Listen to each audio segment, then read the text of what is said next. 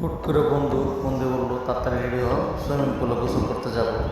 তাড়াতাড়ি করে উঠতে কাপড় টাপড় পরে রেডি হয়ে শরীরে পারফিউম মারলাম। পারফিউম ইচ্ছে মতো মারলাম, মেয়েরা পরে দেখলাম ঘর দৌড়ালাম, ঘর গোছানো হয়নি, সব কিছু এলোমেলো করে রাখি। বন্ধু ফোন দিছে আর শুধু বের হয়ে গেছি গোসলের জন্য। এই যে বাইরেটা বন্ধু ছোটো ভাই সবাই নিয়ে তারাই আছি, সবাই যাওয়ার জন্য প্রস্তুতি নিচ্ছি মেঘবাড়ি রেসরের জন্য। গাড়ি টাড়ি নিয়ে খারাপ হয়েছি, কিন্তু তাদের কাহিনী আর শেষ নেই, একটার পর একটা কাহিনী চলতে আছে। তাই কতক্ষণ বসে ব্যবসায়ী করে নিলাম, লোহা লক্ষ্য বিক্রি করে বসে বসে লোহা লক্ষ্য বিক্রি করা হচ্ছে। এখানে কনফিউজ চলছে, এখন কি করবে, কোথায় যাবে, কখন যাবে, কি কোনো প্ল্যান নেই। গাড়ি নিয়ে পরে বের হয়ে গেলাম, খরচাবাজি করতে বের হলাম। আমরা উদ্দেশ্য রওনা হলাম মেঘবাড়ি রিসোর্টে যাওয়ার জন্য। যারা আছে সবাইকে নিয়ে একটু হই হলো, মজা ফায়দানি করলাম, আমাদের মতো আরও দুষ্ট তারা তো থাকবে। কত দেখতে দেখতে চলে গেলাম। দেখতে মেন রোড হাইওয়েতে আসলাম। একটু দুষ্টুমি হচ্ছে, গাড়ির ভিতরে ফাইজলামি করা হচ্ছে। তো অনেকক্ষণ বসে থাকতে ক্লান্ত লেগে গেছে। আপনারা যারা গাজীপুর আশেপাশে যারা রিসোর্টে যাচ্ছেন, খুব অল্প টাকা এই রিসোর্টে যেয়ে আপনি এনজয় করতে পারবেন। মেঘবাড়ি রিসোর্ট ফুল এনজয় এবং মাস্তি করতে পারবেন। তারা একবারই কাছে, গাজীপুর থেকে টঙ্গী থেকে অল্প একটু সুন্দর একটি জায়গা।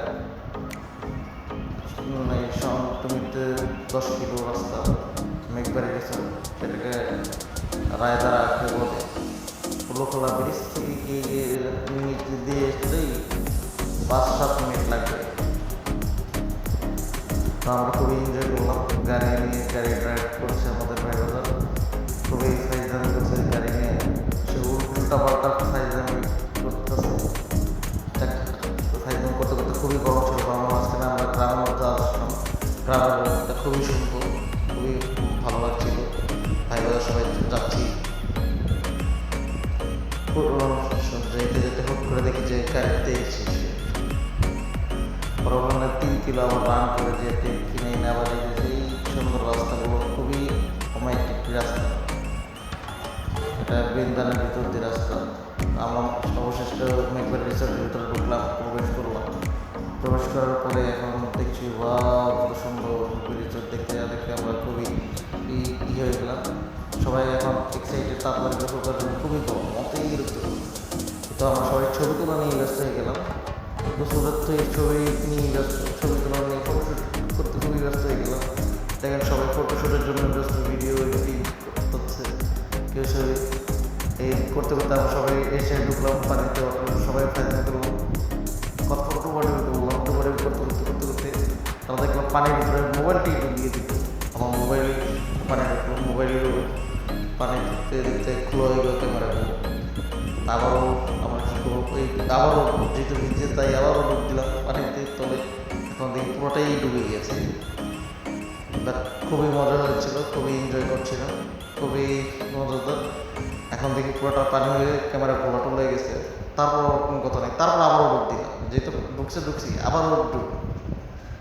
যাই হোক, খুবই মজা করলাম। যারা খুবই কম খরচে বা ফ্যামিলি নিয়ে যেতে চান, খুব সহজে যেতে পারবেন। আর খুবই কাছে, টঙ্গী থেকে অল্প একটু দূর, খোলা রোডে, ঠিক আছে। তো আমরা পানিতেও কতক্ষণ ফালাফালি করলাম, নাচানাচিও করলাম। তো এভরিওয়ান সবাই এই গরমের প্রতি অতিষ্ঠ হয়ে যারা যাচ্ছেন খুব কম খরচে বাজেট যাদের, তারা যে খুবই অল্প টাকা 200 টাকা